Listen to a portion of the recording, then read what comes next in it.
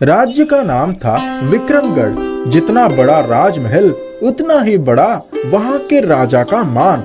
राजा के हाथी साला में हाथियां, अस्तबल में घोड़े, दास दासियां, नौकर चाकर आदि सब से पूरा राजमहल भरा पड़ा था। राजा और रानी भी बहुत खुश रहते थे। राजा को भी किसी चीज की कोई कमी नहीं थी। राजा के इकलौता पुत्र का नाम था नवकुमार। राजपुत्र बहुत ही सुंदर एवं गुणवान था। वो घोड़ा चलाना, अस्त्र शस्त्र चलाना, पढ़ाई लिखाई आदि सब में माहिर थे। राजमहल के अंदर एक बहुत ही सुंदर एवं बड़ा सा बगीचा था और पास ही एक तालाब, जहां शाम के वक्त चांद की रोशनी पड़ने से पानी की लहरें चमक उठती थी। राजपुत्र कभी कभी उस सुंदर सी बगीचे में जाकर बैठता था। उसे वहां जाना बहुत अच्छा लगता था। आह, कितनी सुंदर चांद की चांदनी बिखरी है, कितना सुंदर हवा। मन पूरा भर गया। ऐसा लग रहा है कहीं खो गया हूँ। बहुत दूर आसमानों में बादलों में बह जाने का मन कर रहा है। क्या हुआ राजकुमार? इस शाम के वक्त तुम अकेले तालाब के किनारे क्यों बैठे हुए हो? तुम कौन हो और यहाँ कैसे आए? यहाँ तो हर वक्त पहरेदार तैनात रहते हैं। तुमको उन लोगों ने अंदर कैसे आने दिया? क्यों नहीं देंगे? और उन लोगों ने तो मुझे देखा ही नहीं। फिर तुम कैसे आ गए? क्यों? मैं तो उस आसमान से अपनी पंखों के सहारे उड़ते उड़ते तुम्हारे पास आई हूँ। पंखों से उड़ती हुई? हाँ, ये है मेरे पंखे।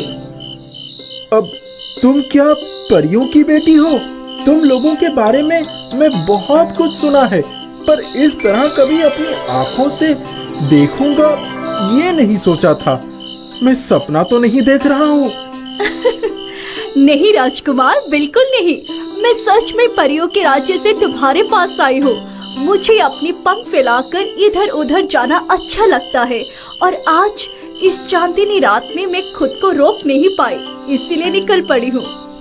तुम क्या इस देश से उस देश घूमती रहती हो? तुम्हें कोई रोकता नहीं है? हाँ, घूमती रहती हूँ। हमारे राज्य में सभी स्वाधीन है। हम लोग अपनी हमेशा ही अपने मन की इच्छाओं से घूमते रहते हैं। कितना अच्छा है। हम तो अपनी राज्य में ही घोड़ा लेकर घूमते रहते हैं। तुम्हारी तरह बहुत दूर नहीं जा सकते हैं। मुझे तो पहाड़, समंदर, बहुत कुछ देखने का मन करता है। तुमको क्या मेरी तरह घूमने का मन करता है? हाँ, बहुत मन करता है, पर तुम्हारी तरह तो मेरे पंख नहीं हैं जो उड़ते हुए जाऊंगा। तुम अगर जाना चाहते हो तो मैं ले जा सकता हूँ, परंतु केवल तुम्हारा मन ही जाएगा, शरीर नहीं। अब शरीर नहीं? शरीर के बिना मैं कैसे जाऊंगा? मैं क्या मर जाऊंगा? नहीं, बिल्कुल नहीं। वो क्यों? तुम सपना नहीं देखते हो क्या? हाँ, वो तो देखता हूँ, पर वो सपना है, सच तो नहीं है। तुम सच में मेरे साथ जाओगे? रात को जब तुम सो जाओगे तब मैं आकर तुम्हारे शरीर से तुम्हारे मन को निकाल लूंगी और फिर तुम्हारा मन जहाँ जाना चाहेगा मैं वहाँ उसे लेकर जाऊंगी। सच में? तुम मुझे लेकर जाओगी? तब तुम मुझे अभी लेकर चलो। मुझे और इंतजार नहीं हो रहा है। आज नहीं, मैं कल तुम्हें लेकर जाऊंगी। आज मेरा लौटने का समय हो गया है। और एक बात याद रखना कि ये सब बातें कोई और ना जान पाए। अगर कोई जान जाता है तो फिर मैं तुम्हें कभी भी लेकर नहीं जाऊंगी। अरे नहीं नहीं, बिल्कुल नहीं। मैं ये बात किसी को नहीं बोलूंगा। तुम मुझ पर विश्वास रखो। तुम फिर कब आओगी? मैं आऊंगी, तुम चिंता मत करो।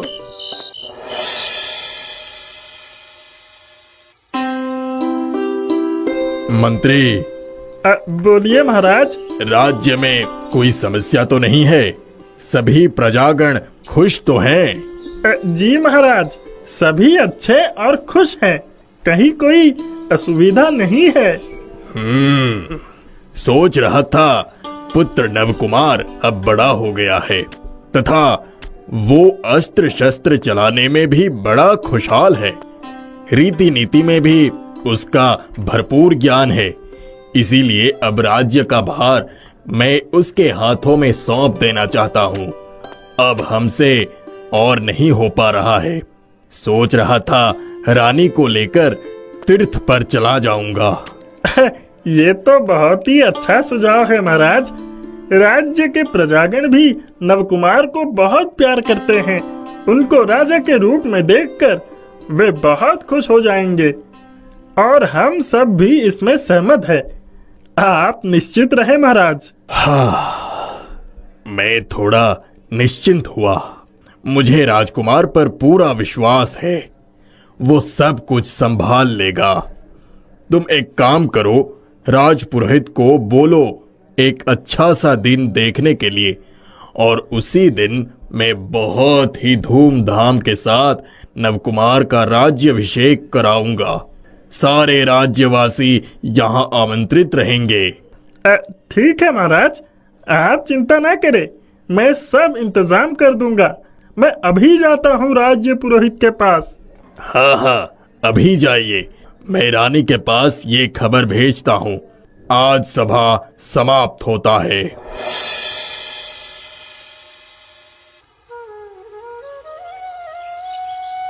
वाह, बहुत अच्छी खबर है। मैं भी यही सोच रही थी कि हमारा नवकुमार अब बड़ा हो चुका है। उसके हाथों में इस राज्य का भार देने का यही उचित समय है।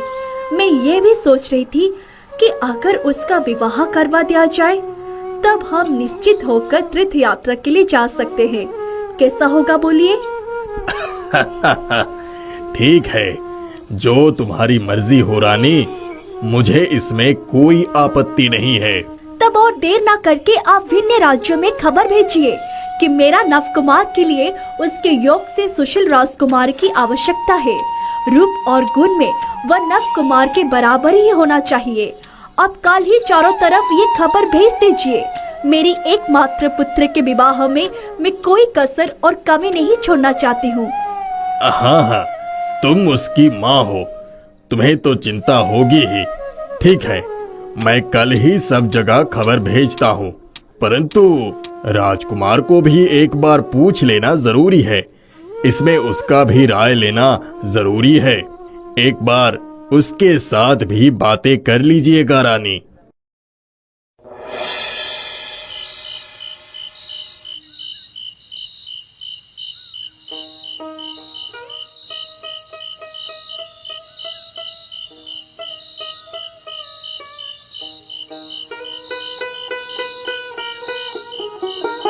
राजकुमार, अब समय हो गया है।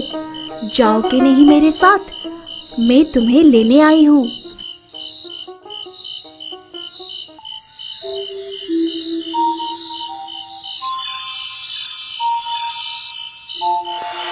ये लो, मैंने तुम्हारे मन को अपने हाथों में ले लिया है।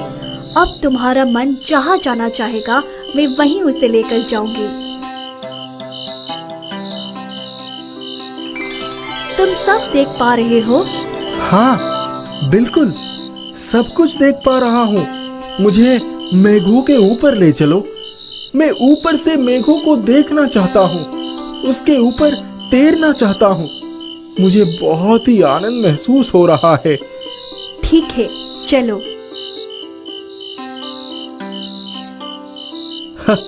मैं अब इस सफेद मेघों के ऊपर ही उड़ना चाहता हूँ।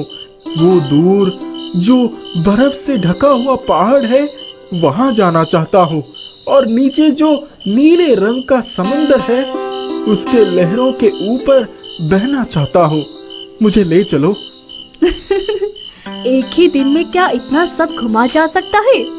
सुबह होने में और ज्यादा देर नहीं है। तुम्हें लौटना भी तो होगा। फिर वही आवाजें, फिर वही राजमहल में लौट जाना होगा। मुझे बिल्कुल जाने का मन नहीं कर रहा है। वो कैसे होगा राजकुमार? तुम्हें तो लौटना ही पड़ेगा। मैं फिर कल आऊंगी और तुमको तुम्हारे पसंद के जगहों में लेकर भी चलूंगी।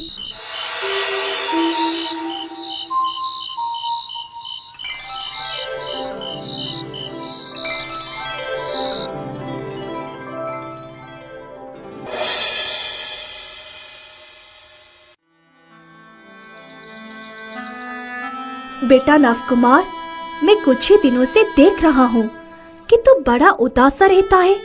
तेरा सामने ही राज्याभिषेक है। तुमको अपने पिता से सब काम काज समझ लेना चाहिए। और तेरे लिए हम सब विन्य देश के राजकुमारियों का भी पता लगा रहे हैं। इस समय तुझे तो खुश रहना चाहिए, पर तू तो हर समय चिंतित ही रहता है। रात को तुझे अच्छे से नींद तो आता है ना? हाँ, मतलब आता है। क्या हुआ है तुझे? माँ, पिताजी को बोलो कि ये आयोजन कुछ दिनों के बाद करने के लिए। मुझे अभी ये सब अच्छा नहीं लग रहा है। मैं कुछ दिन और अपनी तरह रहना चाहता हूँ। क्यों? तेरा क्या हुआ है? तेरा पिताजी का उम्र हो गया है। अब वो तेरे हाथों में सब कामकाज का भार सौंपकर निश्चित होना चाहते हैं। माँ, मुझे राज कार्य, राजमहल, इतने सारे लोग, ये सब अच्छे नहीं लगते हैं। ये सब तो क्या बोल रहा है? ऐसा नहीं बोलते। यही तो रीति तथा नियम है। तुम नहीं समझोगी। मुझे और कुछ दिन अपनी तरह रहने दो, जीने दो। नहीं समझूंगी। ऐसा क्या हुआ है?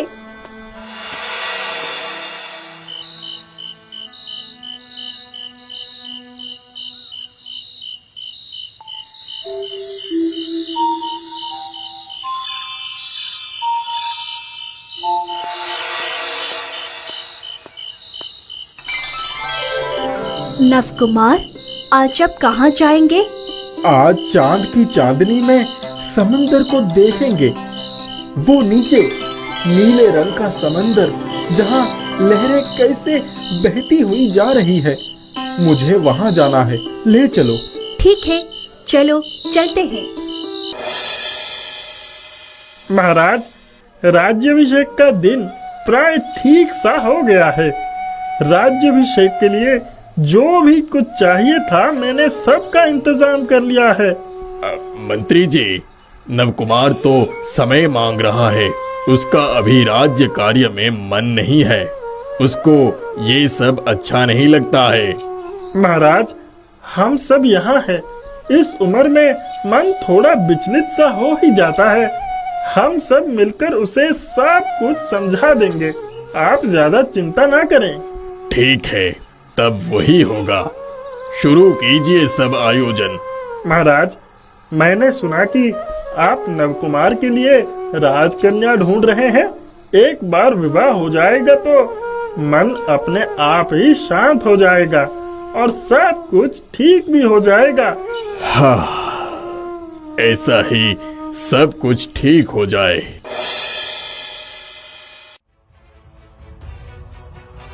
बेटा नव कुमार, उठ जा। सुबह हो गया है और तू अभी भी सो रहा है। ये क्या? कोई आवाज क्यों नहीं दे रहा है? अरे उठ जा बेटा, उठ। अरे कौन किधर है? यहाँ जल्दी आओ। नव कुमार कोई आवाज नहीं दे रहा है। अरे सब किधर हो? राजकुमार को क्या हुआ है? देखो तो। राजमहल में मातम सा छा गया। राजा ने अपनी सिपाहियों को भेजकर सारे राज्य में ये घोषणा करवा दिया कि अनिश्चित काल के लिए राजसभा बंद रहेगा और जो भी व्यक्ति राजकुमार के इस बीमारी का इलाज करके उसे स्वस्थ करवा देंगे, उसे इनाम के रूप में स्वर्ण मुद्रा दिया जाएगा।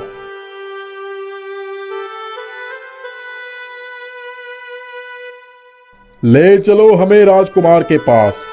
देखते हैं उसे क्या हुआ है। राजकुमार का ये हालत कब से हुआ है? ऐसी हालत तो बस इसी कुछ ही दिनों में हुआ है।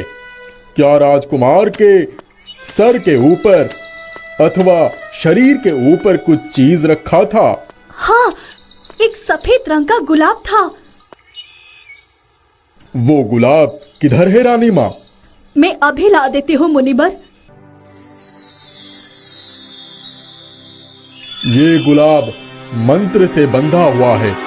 नवकुमार के मन को कोई सम्मोहित करके वश में कर रखा है।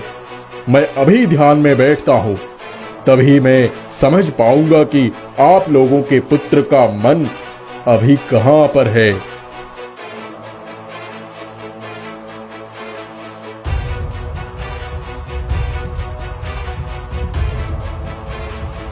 नव कुमार के मन को आप लोगों के माली की बेटी ने मंत्र से वश कर रखा है। हाँ, वो लड़की राजकुमार को मन ही मन चाहती है। वो जादू मंत्र भी जानती है, इसीलिए राजकुमार को पाने के लिए वो अपनी सम्मोहन विद्या से परी बनकर राजकुमार को सुला देती थी, फिर उसके मन को अपने वश में कर लेती थी। हर रोज रात को आकर वो राजकुमार के मन को ले जाती थी और फिर सुबह आकर उन्हें जगा देती थी।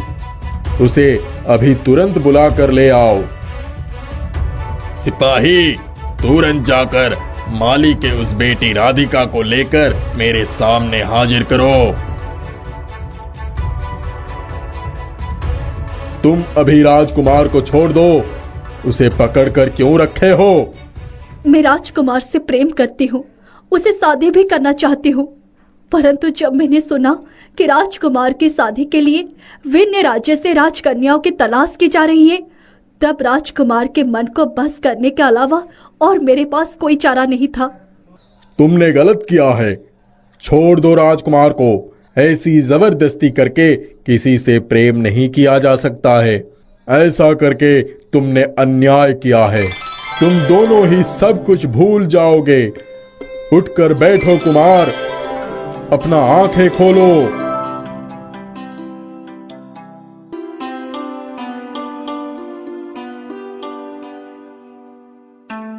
आपका ये जो ऋण है वो मैं कभी नहीं उतार पाऊंगा। मेरा बेटा फिर लौट कर आया है। अरे कोई शंख बजाओ। विक्रमगढ़ और राज परिवार में फिर से सुख समृद्धि खुशियां लौट आया है।